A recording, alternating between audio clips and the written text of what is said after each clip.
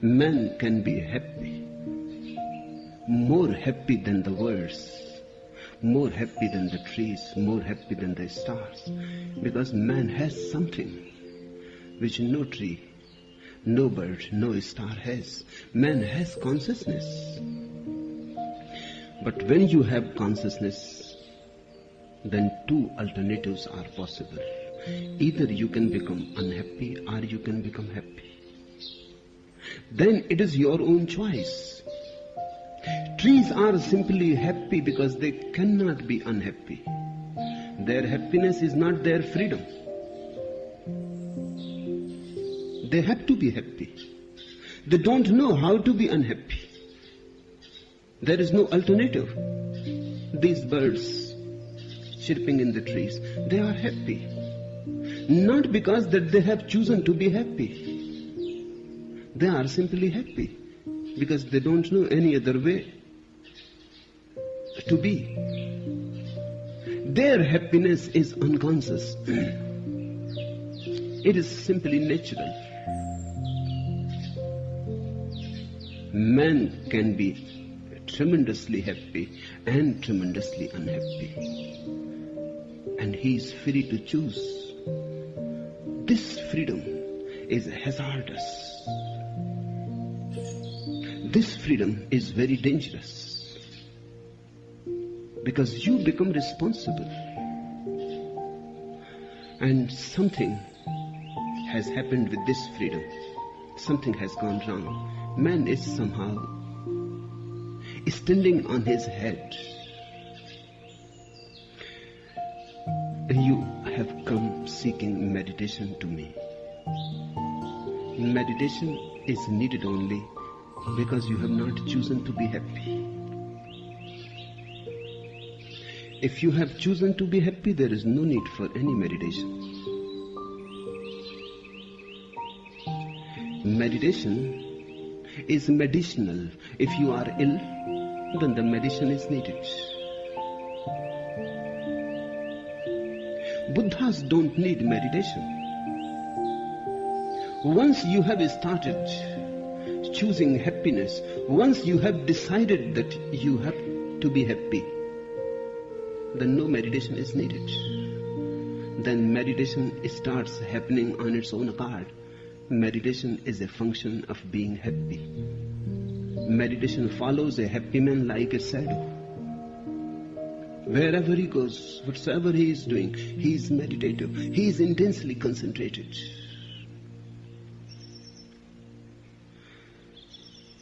But the word meditation and the word medicine come from the same root. That is very significant. Meditation is also medicinal. You don't carry bottles of medicine and prescriptions with you if you are healthy. Of course, when you are not healthy, you have to go to the doctor. Going to the doctor is not a very great thing to brag about. One should be happy, so the doctor is not needed. So many religions are there because so many people are unhappy. A happy person needs no religion. A happy person needs no temple, no church. Because for a happy person, the whole universe is a temple. And the whole existence is a church.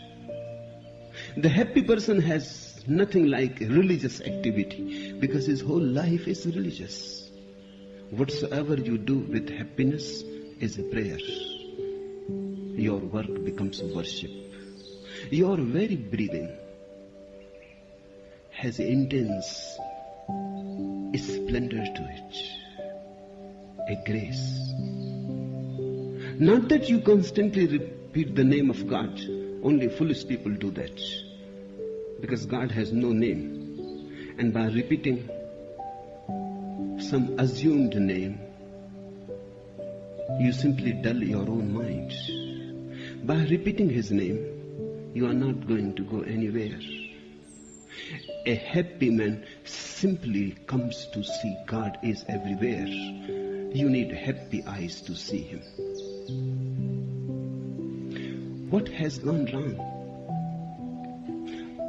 I have heard about a man who became very famous in Germany. Even today his statues are there. And some squares and some streets are still named after him. His name was Dr. Daniel Gottlieb Schreber. He was the real founder of fascism. He died in 1861. But he created the situation for Adolf Hitler to come. Of course, unknowingly. This man had very pronounced views on how to bring up children. He wrote many books. Those books were translated in many languages. Some of them went into 50 editions. His books were loved tremendously, respected tremendously, because his views were not exceptional. His views were very common. He was saying things which everybody has believed down the centuries. He was the spokesman for the ordinary mind, the mediocre mind. Hundreds of clubs and societies were set to perpetuate his thoughts, his ideas. And when he died, many statues were installed. Many streets around the world were named after him. He believed in disciplining children from the time they were 6 months old. Because he said, if you don't discipline a child when he is 6 months old, you will miss the real opportunity of disciplining him.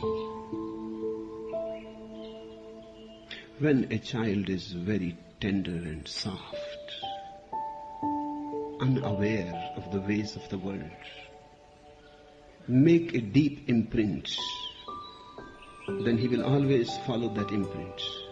And he will not even be aware that he is being manipulated. He will think he is doing all this of his own will. Because when a child is 6 months old, he has no will yet. The will come later on. And the discipline will come first, then the will. So the will always think, this is my own idea. This is corrupting a child. But all the religions of the world, and all the demagogues, and all the dictatorial people of the world, and all the so-called gurus and the priests, they all had believed in doing this. This seems to be the basic cause why man is unhappy. Because no man is moving freely. No man is sensing, groping his path with his own consciousness. He has been corrupted at the very root. But he called it discipline, as all parents call it. He believed in disciplining children from the time they were 6 months old in such a way that they would never after question their parents and yet believe that they were acting of their own free will. He wrote that on the first appearance of self-will, one has to stop it immediately, kill it immediately. When you see the child becoming a person, an individual, you have to destroy the first ray of his individuality immediately. Not a single moment should be lost. When the first appearance of self-will is noticed, one has to step forward in a positive manner. Stern words, threatening gestures, rapping against the bed, bodily admonishments, consistently repeated until the child calms down or falls asleep. This treatment was needed only once or twice or at the most thrice, the doctor told to people. Make the child so afraid shake him to his very roots. And those roots are very tender, yet a 6-month-old child. Threaten him with gestures, with deep hatred, enmity in your eyes, as if you are going to destroy the child himself. Make it clear to the child that either he can live or his self-will. Both cannot be allowed to live. If he wants his self-will, then he will have to die. Once the child comes to know that he can live only at the cost of self-will, he will drop his self-will. And he will choose survival. That's natural. Survival one has to choose first. Everything else comes secondary.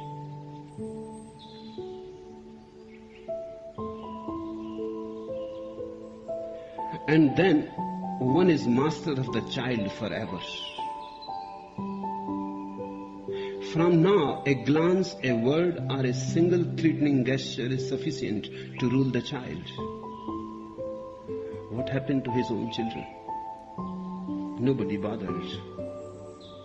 Everybody liked the idea. Parents all over the world became very enthusiastic, and everybody started trying to discipline their children. And that's how, according to Sreber, the whole Germany was disciplined. That paved the way for Adolf Hitler. Such a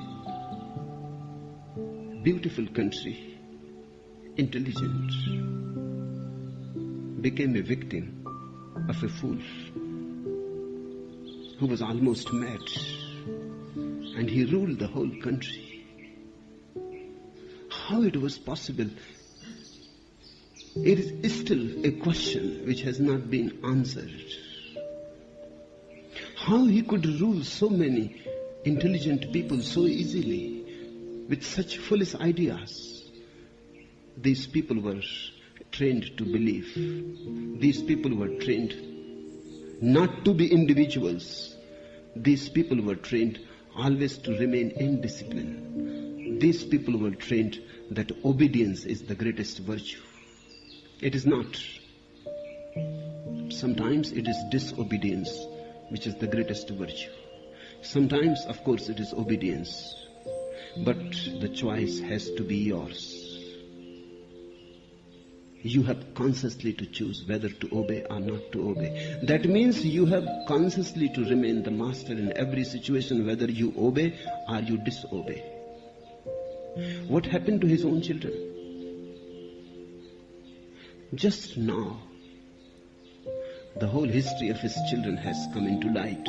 One of his daughters was melancholic, and her doctor suggested putting her in a mad asylum. One of his sons suffered a nervous breakdown and was institutionalized. He recovered, but 8 years later had a relapse and died in a madhouse. Another of his son went mad and committed suicide. And the autopsies of both the sons proved that there was nothing wrong physically with their brain. Still, both went mad. One died in a madhouse, another committed suicide. What happened? Physically, their brain was perfect, but psychologically, they were damaged. This mad father damaged all of his children. And that is what has happened to the whole humanity. Down the centuries, parents have been destroying people. They were destroyed by their parents, and so on and so forth. It seems a chronic state. Your parents were not happy. Whatsoever they knew made them only more unhappy and more unhappy. And they trained you for it. And they have made a replica of themselves in you. Arthur Koestler has coined a beautiful word for this whole nonsense. He calls it Bapu-cracy. Bapu means father. It is an Indian term. Indians used to call Mahatma Gandhi Bapu. This word Bapu-cracy is perfect. India suffers more than any other country from Bapu-cracy. The Indian leadership is still suffering from their Bapu, Mahatma Gandhi.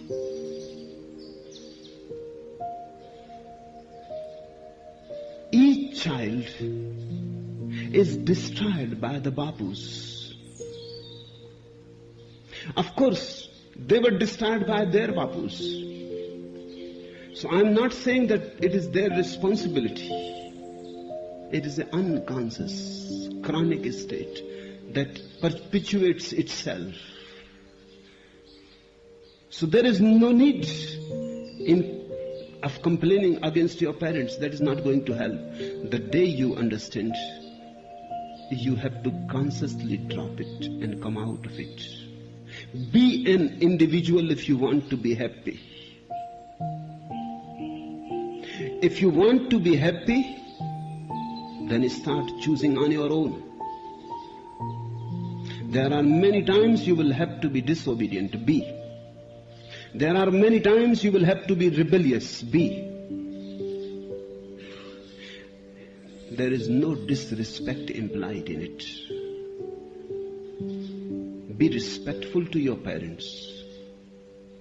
But remember that your deepest responsibility is towards your own being. Everybody is dragged and manipulated. So nobody knows what is one's destiny. What really you always wanted to do, you have forgotten. And how you can be happy. Somebody who could have been a poet is just a money lender. Somebody who could have been a painter is a doctor. Somebody who could have been a doctor, a beautiful doctor, is a businessman. Everybody is displaced. Everybody is doing something that he never wanted to do. Hence unhappiness. Happiness happens when you fit with your life. When you fit so harmoniously that whatsoever you are doing is your joy. Then suddenly you will come to know meditation follows you. If you love the work that you are doing, if you love the way you are living, then you are meditative. Then nothing distracts you. When things distract you, that's simply so that you are not really interested in those things. A real person takes the courage to move with things that make him happy. If he remains poor, he remains poor. He has no complaint about it. He has no grudge. He says, I have chosen my way. I have chosen the cuckoos and the butterflies and the flowers. I cannot be rich. That's okay. But I am rich because I am happy. This type of man will never need any method to concentrate, because there is no need. He is in a concentration. His concentration is spread all over his life. 24 hours he is in a concentration. Man has gone completely topsy-turvy. You forget the intrinsic values of your life, your happiness, your joy, your delight. You always choose something of the outside and you bargain with something of the inside. You lose the within and you gain the without. But what you are going to do, even if you get the whole world at your feet and you have lost yourself, even if you have conquered all the riches of the world, and you have lost your own inner treasure. What you are going to do with it? This is the misery. If you can learn one thing with me, then that one thing is to be alert, aware about your own inner motives, about your own inner destiny. Never lose sight of it, otherwise you will be unhappy. And when you are unhappy, then people say, meditate and you will become happy. They say, concentrate and you will become happy. Pray and you will become happy. Go to the temple, be religious, be a Christian or a Hindu, and you will be happy. This is all nonsense. Be happy and meditation will follow. Be happy and religion will follow. Happiness is a basic condition. With me, happiness comes first. Joy comes first. A celebrating attitude comes first. A life-affirming philosophy comes first. Enjoy. If you cannot enjoy your work, change. Don't wait. Because all the time that you are waiting for Godot. Godot is never to come. One simply waits and wastes one's life. For whom? For what you are waiting? If you see the point that you are miserable in a certain pattern of life, then all the old traditions say, you are wrong. I would like to say, the pattern is wrong. And try to understand the difference of emphasis. You are not wrong. Just your pattern, the way you have learned to live is wrong. The motivations that you have learned and accepted as yours are not yours. They don't fulfill your destiny. They go against your grain. They go against your element. Nobody else can decide for you. All their commandments, all their orders, all their moralities are just to kill you. You have to decide for yourself. You have to take your life in your own hands. Otherwise, life goes on knocking at your door and you are never there. You are always somewhere else. If you were going to be a dancer, life comes from that door because life thinks you must be a dancer by now. It knocks there, but you are not there. You are a banker. And how life is expected to know that you will be a banker. God comes to you the way He wanted you to be. He knows only that address, but you are never found there. You are somewhere else, hiding in somebody else's mask, in somebody else's garb, under somebody else's name. How you expect God to find you? He goes on searching for you. He knows your name, but you have forgotten that name. He knows your address, but you never lived at that address. You allowed the world to distract you. God can find you only in one way, and that is your inner flowering, as He wanted you to be. Unless you find your spontaneity, unless you find your element, you cannot be happy. And if you cannot be happy, you cannot be meditative. Why this idea arose into people's mind that meditation brings happiness? In fact, wherever they found a happy person, they always found a meditative mind. Both things got associated.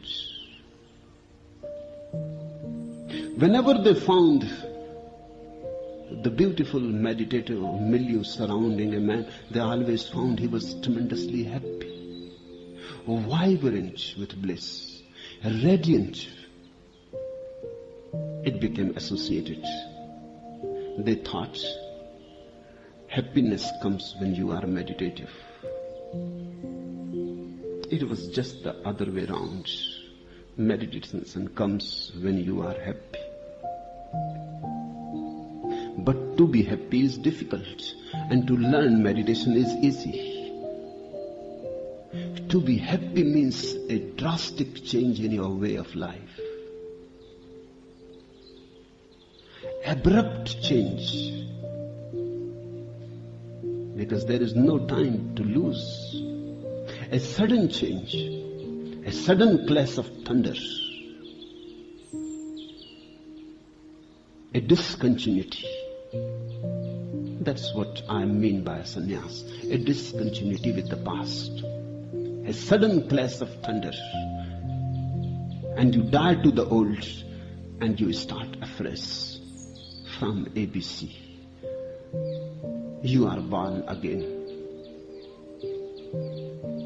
You again start your life as you would have done if there was no enforced pattern by your parents, by your society, by the state. As you must would have done if there was nobody to distract you. You have to drop those all patterns that have been forced on you. And you have to find your own inner flame.